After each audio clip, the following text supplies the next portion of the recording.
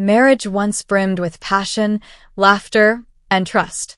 My wife, Rachel, embodied elegance, intelligence, and charm. Every morning, she kissed me goodbye before heading to her high-profile law firm. I never imagined deceit could fester in our love story. Then, subtle changes emerged. Phone glued to her palm, hushed whispers, sudden overtime shifts. Doubts seeped into my mind. Her scent altered, unfamiliar cologne clinging to her silk blouses. A nagging voice in my head refused to silence itself. One evening, Rachel dressed with an effort she reserved for special occasions. A tight crimson dress hugged her curves, high heels clicking seductively. Client dinner, she claimed, avoiding eye contact. Where? I asked casually, masking suspicion. She hesitated, feigned checking her messages. Downtown steakhouse. Late meeting, don't wait up. I nodded but knew better. Something was off. Hours passed. Midnight loomed. My gut churned. I checked the tracking app linked to our car. She wasn't downtown. She was at a luxury hotel across town. Heart pounding, I grabbed my keys and drove. Adrenaline pumped through my veins. Pulling into the dimly lit parking lot, I spotted our car parked discreetly. Taking a deep breath, I entered the grand lobby, scanning for her familiar silhouette. Then I saw them. Rachel, arm linked with a tall, well-built man. Laughter spilled from her lips as he led her toward the elevators. My world shattered. I clenched my fists, battling the urge to confront them. Instead, I followed, maintaining a safe distance. As they stepped into an elevator, I slipped in unnoticed. Rachel's intoxicating perfume filled the confined space. She hadn't sensed my presence, her attention fixated on him. Room 1210, the man murmured. My pulse roared in my ears. The elevator dinged. They stepped out, completely engrossed in their illicit rendezvous. I waited for the doors to close before pressing the same floor.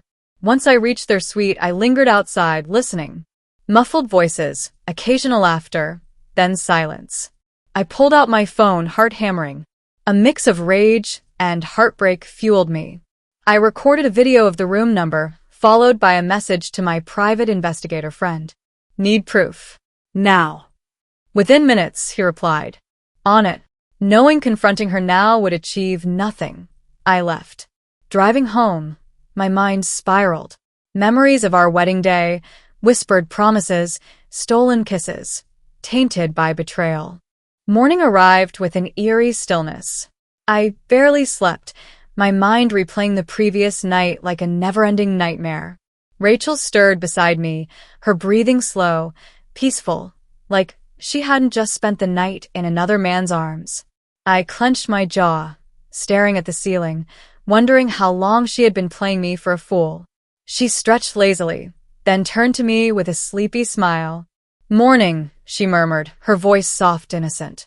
I swallowed the lump in my throat, forcing a nod. Late night. She hesitated only a fraction of a second before answering. Yeah. Client dinner ran long. We had drinks after. Lies. Every word dripped with deceit. Rolling out of bed, I forced normalcy into my movements. I bet it was exhausting. Rachel yawned, oblivious. Yeah. But you know how these work events go. She reached for her phone, scrolling mindlessly as if the weight of betrayal didn't press against her chest like it did mine. I watched her, seething. She was so comfortable lying to my face. How many times had she done this? How often had she returned home after being with him, slipping into our bed like nothing had happened?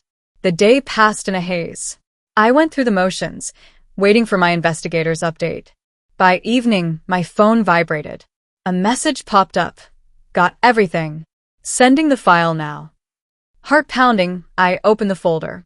High-definition images filled my screen. Rachel in the hotel lobby, her hand brushing against the stranger's chest. Their lips meeting in a passionate kiss. Him whispering something in her ear, making her laugh. Shots of them entering the suite, their hands roaming each other's bodies. A timestamp confirmed what I already knew. She hadn't just been with a client. My stomach churned, but I kept my face neutral. Tonight, she would know I wasn't a fool. I set the stage carefully. Dim lighting, candles flickering, a bottle of red wine breathing on the table. Rachel walked in, brows furrowing. What's all this? I smiled, a blade concealed in warmth. Just a special dinner. She tilted her head, amused. What's the occasion? I slid my phone across the table. An anniversary gift. Open it. She hesitated, fingers trembling slightly as she picked up the device. As she swiped through the images, her face transformed. First confusion, then horror, then sheer panic. Save it, I interrupted coldly. How long? Tears welled in her eyes. It wasn't. How long? My voice was calm, steady, dangerous. Rachel swallowed, looking down. 3 months. A bitter laugh escaped my lips. 3 months? You've been lying to me, sleeping with him, sneaking around for 3 months, and you come home like nothing happened. She shook her head rapidly. It wasn't just about him. I was caught up in the excitement, the thrill. But I never stopped loving you. Love. My voice dripped with venom. Love doesn't sneak into hotel rooms. Love doesn't lie to my face every single day. Rachel's lower lip trembled. I made a mistake. I leaned back, arms crossed. A mistake is forgetting an anniversary. A mistake is saying something cruel in the heat of an argument. What you did, that was a choice. Over and over again. Her sobs filled the room. She reached for my hand, but I pulled away. The warmth I once had for her had died the moment I saw her walk into that hotel. You destroyed us, I said, voice cold. Rachel crumbled before me, but I felt nothing. Rachel sat across from me, her face streaked with tears, but I felt no sympathy. The woman I once adored had been replaced by a stranger, one who had betrayed me with a smile and returned home as if nothing had happened. Please, just let me explain, she whispered, voice shaking. I exhaled sharply, gripping my wine glass. Explain what, Rachel? How you let another man touch you while I was home, trusting you. How you lied to my face every single day. Go ahead. I'm dying to hear this explanation. She wiped at her eyes, inhaling shakily.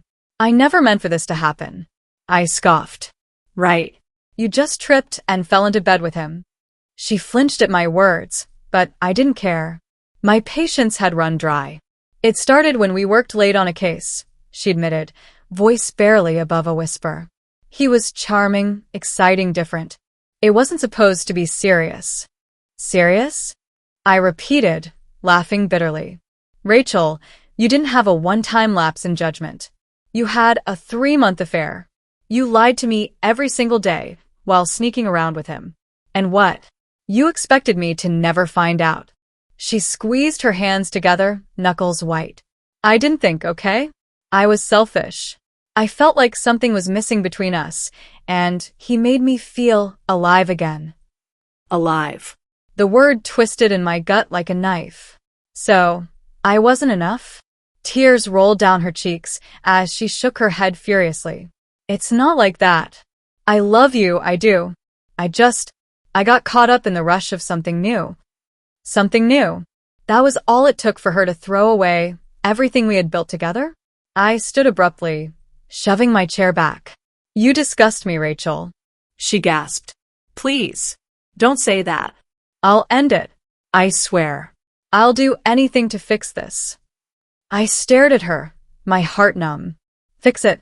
I chuckled darkly. You think you can glue back the pieces after shattering everything? She fell to her knees, gripping my hands desperately. I'll prove to you I still love you. I'll go to therapy. I'll cut him off. He doesn't mean anything to me. I pulled away, disgusted. He meant enough for you to risk our marriage.